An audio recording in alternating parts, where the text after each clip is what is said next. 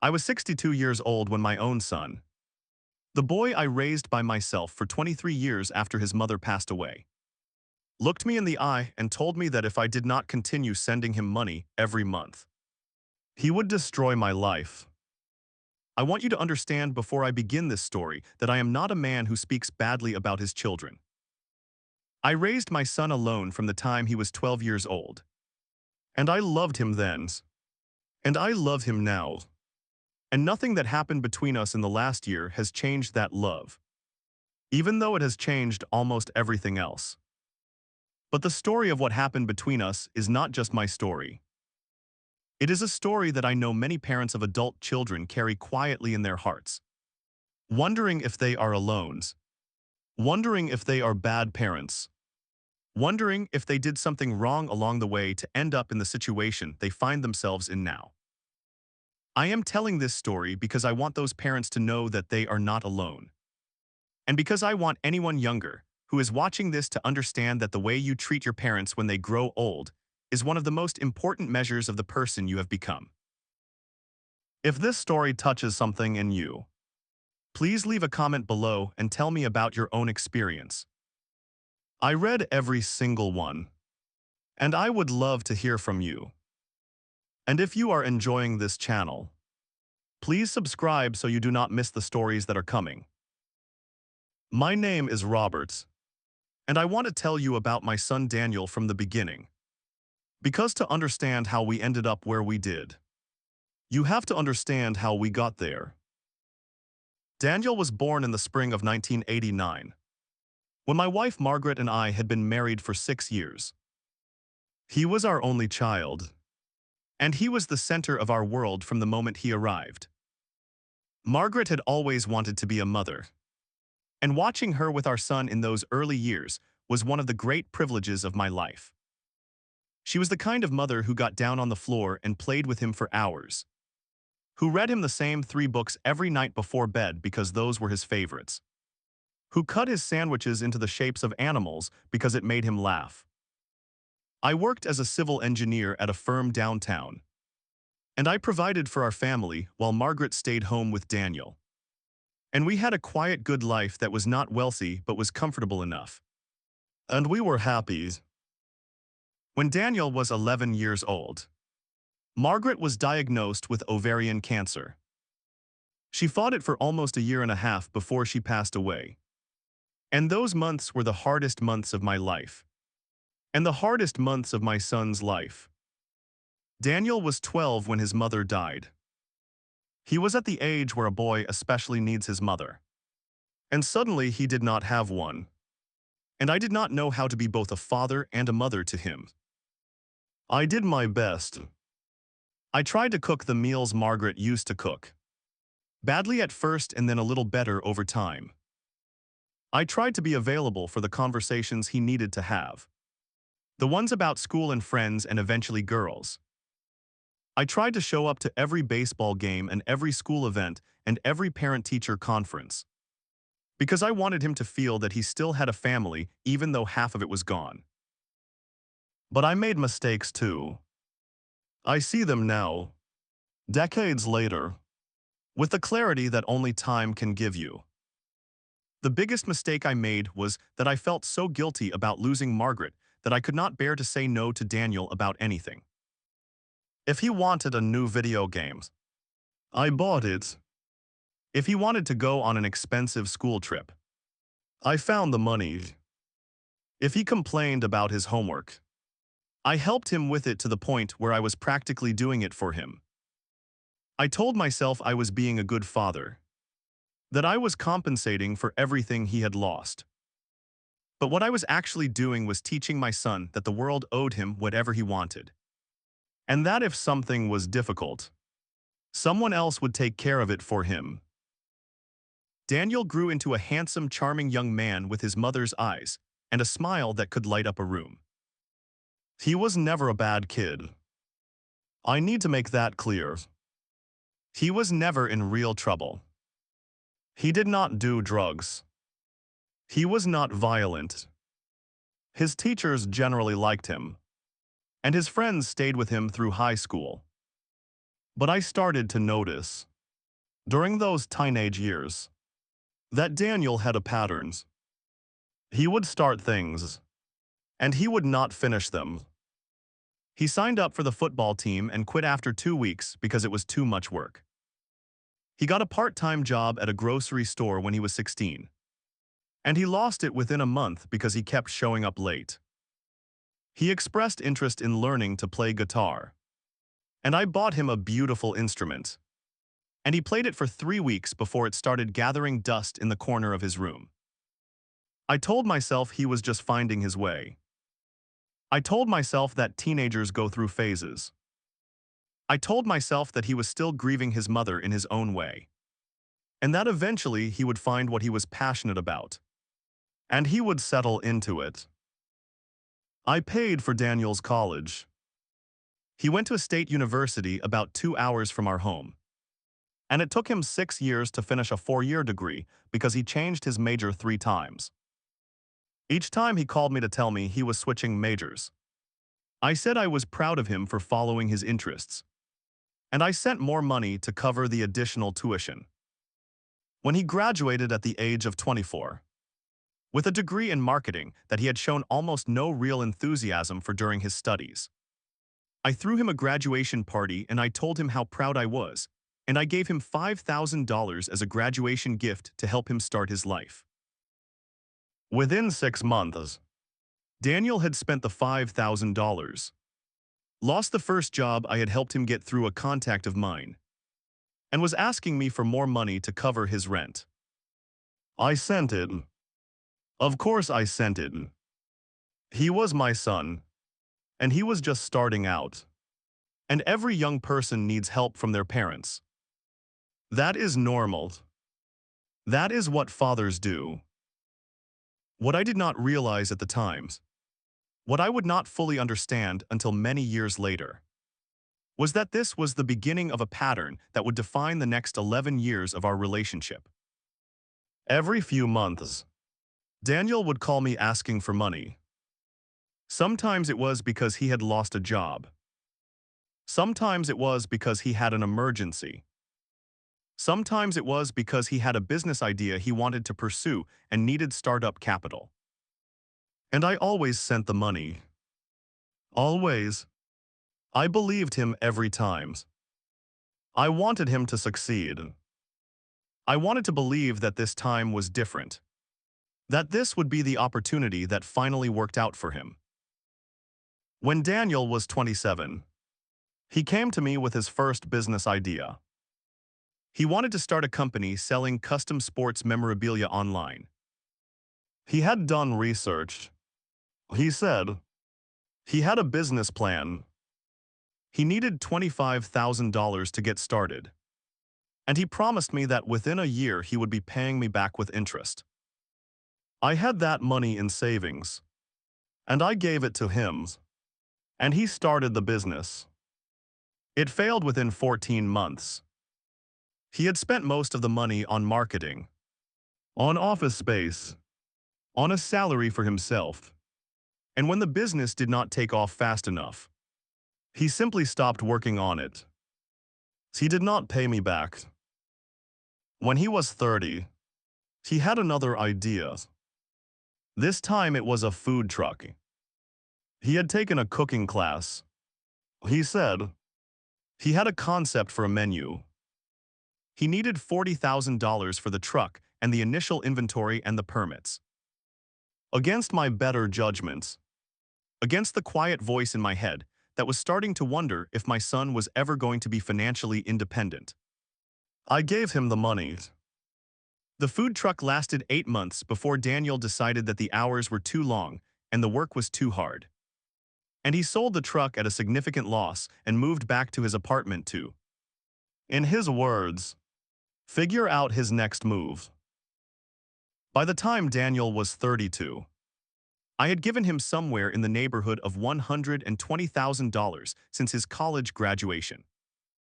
I know the exact number because I started keeping a record. Not because I ever expected to be paid back, but because I wanted to understand what was happening. The money had come out of my retirement savings. I had originally planned to retire at 65, but I was starting to realize that at the rate I was depleting my savings to support my adult son, I was going to have to work until I was 70, or possibly longer. I tried to talk to Daniel about it a few times. I tried to suggest, gently, that maybe he should find a steady job and build from there rather than chasing big business ideas that never worked out. Every time I tried, he would get defensive. He would tell me that I did not believe in him. He would remind me that his mother had always believed in him, that his mother had understood him, and that if she were still alive, she would want me to support his dreams. Those conversations always ended with me apologizing and agreeing to send more money, because I could not bear the idea that I was failing Daniel the way he said I was. And I could not bear the mention of Margaret being weaponized against me by the son we had raised together. Now I want to tell you about what happened in the last year, because this is where my story becomes a story about a decision that every parent of an adult child might one day have to make. In April of last year, I turned 62 years old. At that point, I was sending Daniel $2,000 a month, every single month, and I had been doing so for almost 8 years. Over 8 years, that adds up to $192,000. On top of the money I had given him for his failed businesses, on top of his college, on top of everything else, I had stopped saving for retirement entirely. I was still working, even though my body was starting to complain about the long hours at the engineering firm. My doctor had been telling me for 2 years that my blood pressure was too high and that I needed to reduce stress. In May, I went to see my financial advisor for my annual review. He is a man I have worked with for over 20 years, and he has always been straightforward with me. He looked at my accounts. He looked at the monthly withdrawals I had been making to send to Daniel. And he took off his glasses and he looked me in the eye and he said, "Robert, I have to be honest with you. You cannot afford to keep doing this. If you continue at the current rate, you will run out of money before you are 75 years old. You need to stop." I knew he was right. I had known it for years. But hearing him say it out loud, in that quiet office, was the first time I allowed myself to truly accept that something had to change. I drove home from that meeting, and I sat in my kitchen, and I made the hardest phone call of my life. I called Daniel, and I told him that starting with the following month, I could no longer send him the $2,000. I told him about the meeting with my financial advisor. I told him that I had been depleting my retirement savings to support him, and that I could not continue. I told him that I loved him, and that I would always be his father, and that I would help him in other ways if I could, but that the monthly payments had to stop. There was a long silence on the other end of the phone. And then Daniel's voice, when he finally spoke, was not the voice of the son I had raised. It was someone else's voice. It was cold in a way I had never heard before. Cold in a way that told me he had been preparing for this conversation for a long time. That he had anticipated it. That he had a plan for exactly this moment. He said, "Dad, I do not think you want to do that. I do not think you want to cut me off. Because if you do, I am going to have to tell everyone in the family about Aunt Carol." I felt my stomach drop. I want to tell you about Aunt Carol because without that context, you will not understand the weight of what Daniel was threatening to do. Aunt Carol was my sister-in-law. She was Margaret's younger sister, and she and I had been close throughout Margaret's illness and in the years after she passed away. Carol had been one of the few people who could really understand my grief. Because she had lost her sister, her best friend, and we leaned on each other in ways that were purely platonic for a very long time. But about 6 years after Margaret died, when Daniel was in college and I was alone in the house for months at a time, Carol and I fell into a brief romantic relationship. It lasted less than a year. We both eventually realized it was not right, that we were both grieving and leaning on each other in an unhealthy way. And we ended it amicably. Carol moved to another state for work a year later, and we stayed in touch through occasional phone calls. And that was that. I had never told anyone about that relationship. Not my family. Not Carol's family. Not my friends. It had happened. It had ended. And we had both agreed that there was no reason for anyone else to know because it would only complicate things. Daniel had been in college at the time, and I had been very careful to never bring it into our home or our lives in any visible way. I did not know that he knew. I had no idea how he had found out. When Daniel said Aunt Carol's name in that phone call, I felt something break inside me. Not because I was ashamed of the relationship. It had been a consensual relationship between two grieving adults, and I had done nothing wrong. But because my own son was threatening to use a private piece of my life as a weapon against me. He was telling me that if I did not continue sending him the money he demanded, he would go to Carol's husband, to her grown children, to my brothers and sisters, to everyone we knew. And he would tell them a version of the story that would destroy multiple lives, including Carol's current marriage, including my reputation, including the peace of an entire extended family. I asked him, and I could barely speak, "How long have you known about this?" He said he had found out 8 years ago, when he was still in college, when he had overheard a phone conversation I did not know he had been listening to. I asked him why he had never said anything. And Daniel said, very calmly, "Because I did not need to." Those words, "because I did not need to." Do you understand what that meant? It meant that for 8 years, every time Daniel had called me asking for money, every time I had sent him $2,000 at the beginning of the month, Daniel had known that he had leverage over me. It meant that the reason he had never pushed back hard when I occasionally tried to have conversations with him about his financial independence was not because he respected me, but because he did not need to push. He knew that the moment he wanted, he could activate this piece of information and get whatever he wanted from me. The monthly money had been flowing not just because I loved my son and wanted to help him, but because on some level he had been quietly holding a loaded gun to my head for years. I hung up the phones. I sat at my kitchen table for a long time. And then I walked out to my front yard and I sat on the porch steps. And I watched the sunset.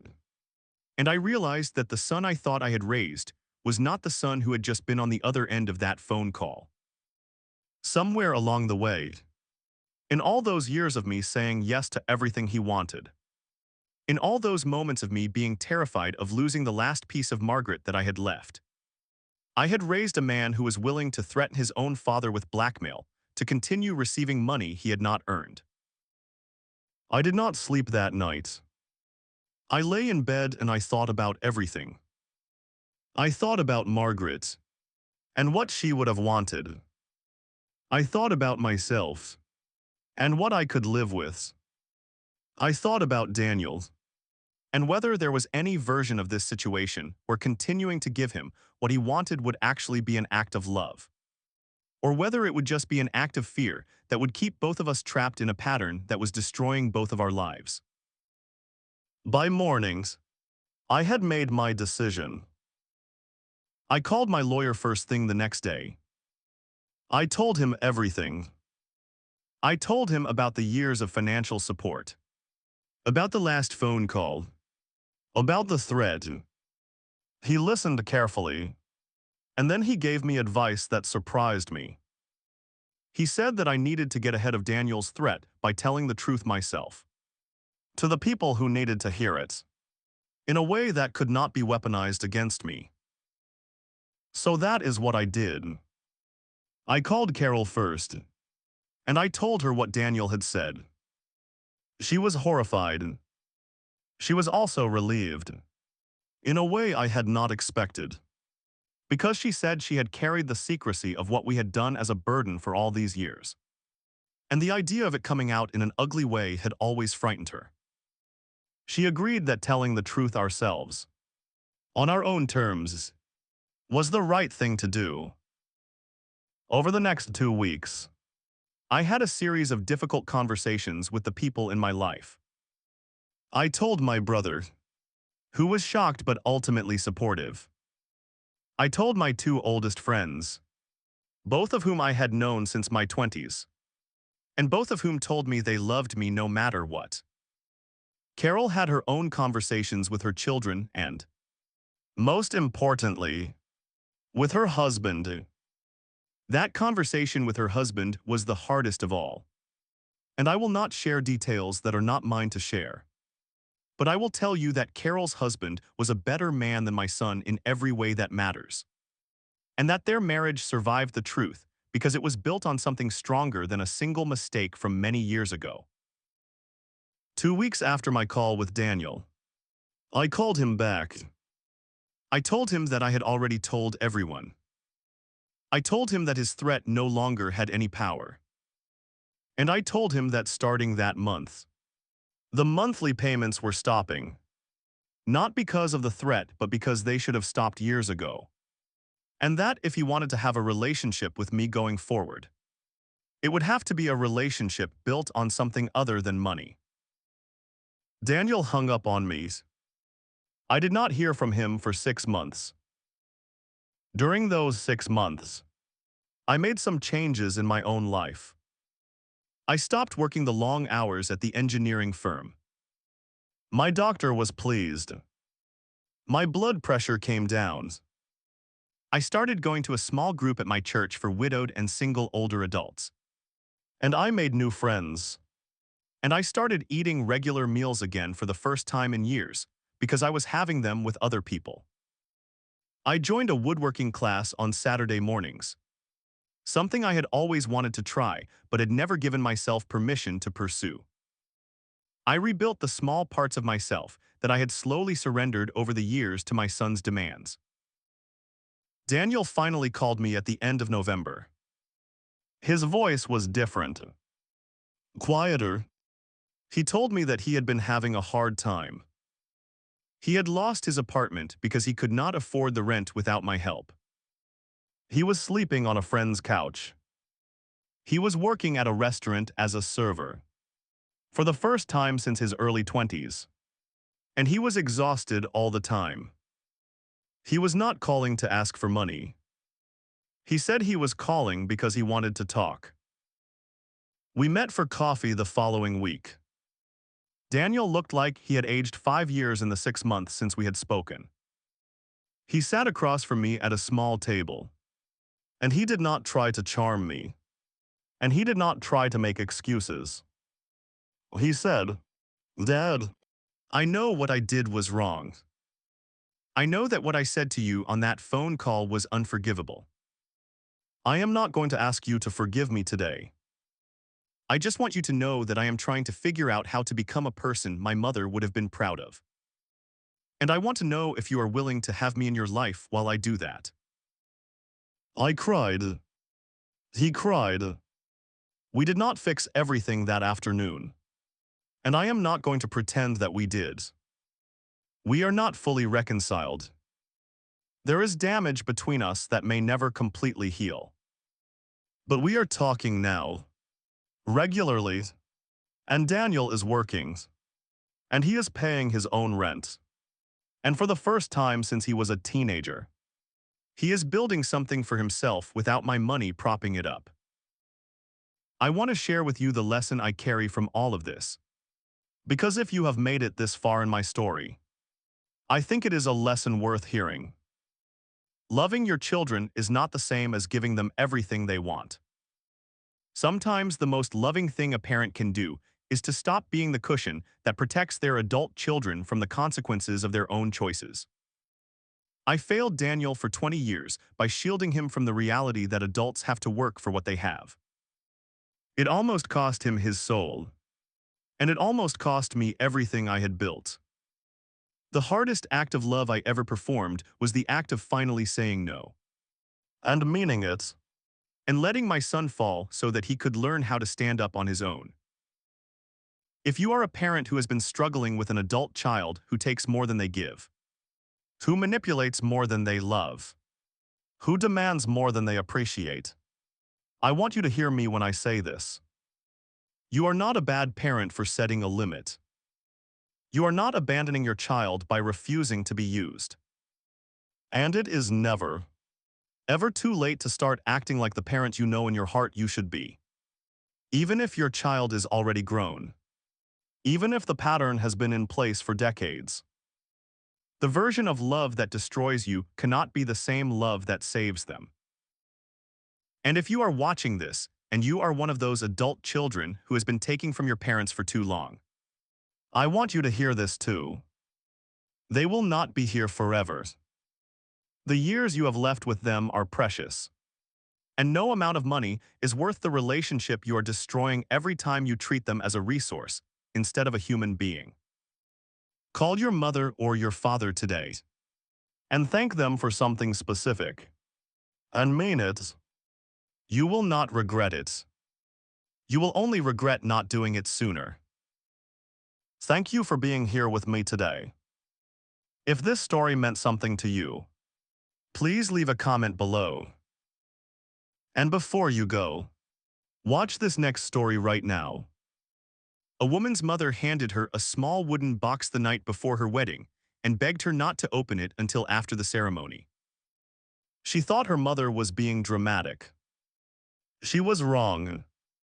Click the video on your screen to find out what was inside that box.